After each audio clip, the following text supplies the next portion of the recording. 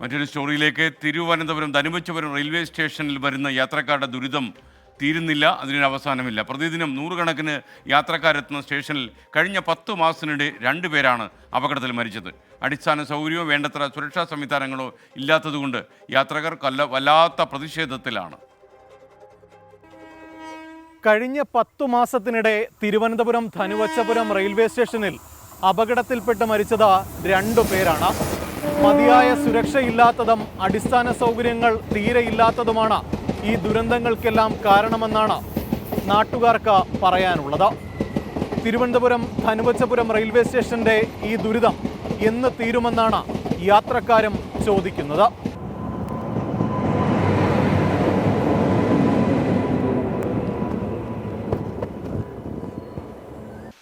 ഇക്കഴിഞ്ഞ ഏപ്രിൽ 28-ന് ധനുവച്ചപുരം സ്റ്റേഷനിൽ ട്രെയിൻ കയറുന്നതിനിടെ മരിച്ച പാറശാല പരശുവയ്ക്കൽ സ്വദേശി ഷീബയാണ് അവസാനത്തെ ഇര.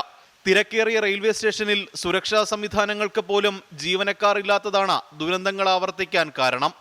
ദേശീയപാതയോട് ചേർന്ന 50 വർഷം പഴക്കമുള്ള റെയിൽവേ സ്റ്റേഷനിൽ അടിസ്ഥാന സൗകര്യങ്ങൾ ഒന്നും തന്നെയില്ല. അവഗണനയുടെ അങ്ങേറ്റത്തെ ദുരിതം പേർന്ന ഒരു റെയിൽവേ സ്റ്റേഷനാണ് ഈ ധനുവച്ചപുരം റെയിൽവേ സ്റ്റേഷൻ.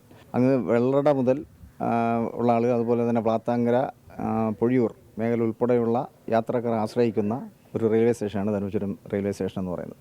പിന്നെ ഇവിടുത്തെ വികസന പ്രവർത്തനങ്ങളെന്ന് വെച്ച് കഴിഞ്ഞാൽ ഇവിടെ ടോയ്ലറ്റെല്ലാം അടച്ചുപൂട്ടിയിരിക്കുകയാണ്. കുടിവെള്ളമില്ല. ശരിക്കും യഥാർത്ഥം പറഞ്ഞാൽ വൈകുന്നേരം ആയിക്കഴിഞ്ഞാൽ ലൈറ്റില്ല.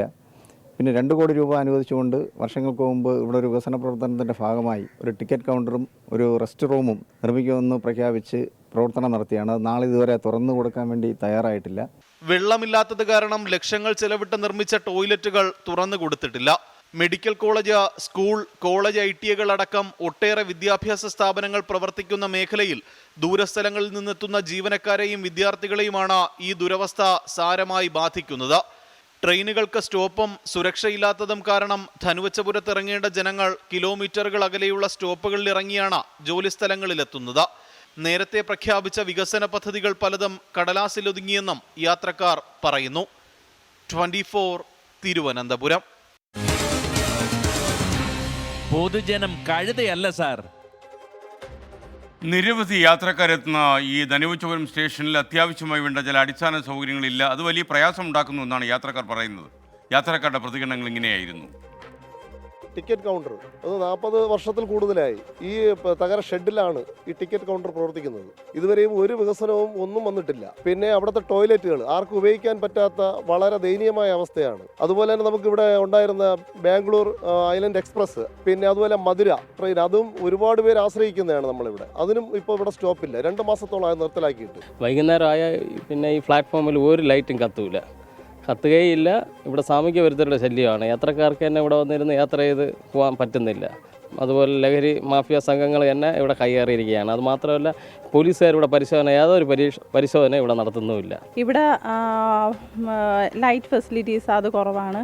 പിന്നെ അതുപോലെ തന്നെ പാസഞ്ചേഴ്സിന് മതിയായ സൗകര്യങ്ങളൊന്നുമില്ല. പ്രത്യേകിച്ച് സ്ത്രീകളെ സംബന്ധിച്ചിടത്തോളം എന്ന് പറയുമ്പോഴത്തേക്കും അവർക്ക് ടോയ്ലറ്റ് സൗകര്യങ്ങൾ, അങ്ങനെ വെളിച്ചം എന്ന് പറയുന്നത് ഏറ്റവും ഒരു മെയിൻ ഫാക്ടറാണ്. പക്ഷേ ഈ വെളിച്ചം ഇല്ലാണ്ട് വരുമ്പോഴത്തേക്കും അവർക്ക് മതിയായ ഒരു സുരക്ഷിതത്വം ഇല്ല. ഇവിടെ അധികം ട്രെയിനുകൾ നിർത്തിക്കൊണ്ടിരുന്നത് താൽക്കാലികമായി കൊറോണ കഴിഞ്ഞോടും കൂടി നിർത്തിയത്. അത് രണ്ടാമത് ഇവിടെ തുടർച്ചയായി അനുവദിച്ചാൽ വളരെ നന്നായിരുന്നു. തിരുവനന്തപുരത്തേക്ക് രാവിലെ പോയി കഴിഞ്ഞാൽ പിന്നെ വൈകുന്നേരം 4:30 ഈ പാസഞ്ചർ ട്രെയിനേ ഉള്ളൂ. ഇടയ്ക്കുണ്ടായിരുന്ന ട്രെയിനും കൂടി ഇല്ലാതായി. അപ്പോൾ ഈ തിരുവനന്തപുരം നാറുവ റോഡിൽ ഈ NH അടുത്ത സ്റ്റേഷനാണിത്. അപ്പോൾ ആൾക്കാർക്ക് ഏറ്റവും കൂടുതൽ പ്രയോജനമുള്ളത് ഈ സ്റ്റേഷനാണ്. അപ്പോൾ ഇവിടെ പാസഞ്ചർ ട്രെയിനുകളെങ്കിലും നിർത്തിയാലേ ആളുകൾക്ക് ഉപയോഗമുണ്ട്. ഇവിടെ ട്രെയിൻ വന്നു കഴിഞ്ഞാൽ ആ ടൈം കഴിയുമ്പോൾ ട്രെയിൻ എടുത്ത് അങ്ങ് കളയും. ആ മിനിമം ടൈമിന് പോലും ട്രെയിൻ ഇവിടെ ഇട്ടിരിക്കില്ല. ലോകത്തെവിടെയായാലും ഏത് സമയത്തും 24 വാർത്തകളും ഓഗ്മെന്റഡ് റിയാലിറ്റി പാക്കേജുകളും എക്സ്പ്ലെയിനറുകളും വിശദമായി കാണാൻ ഞങ്ങളുടെ YouTube ചാനൽ നിങ്ങൾക്ക് സബ്സ്ക്രൈബ് ചെയ്യാം.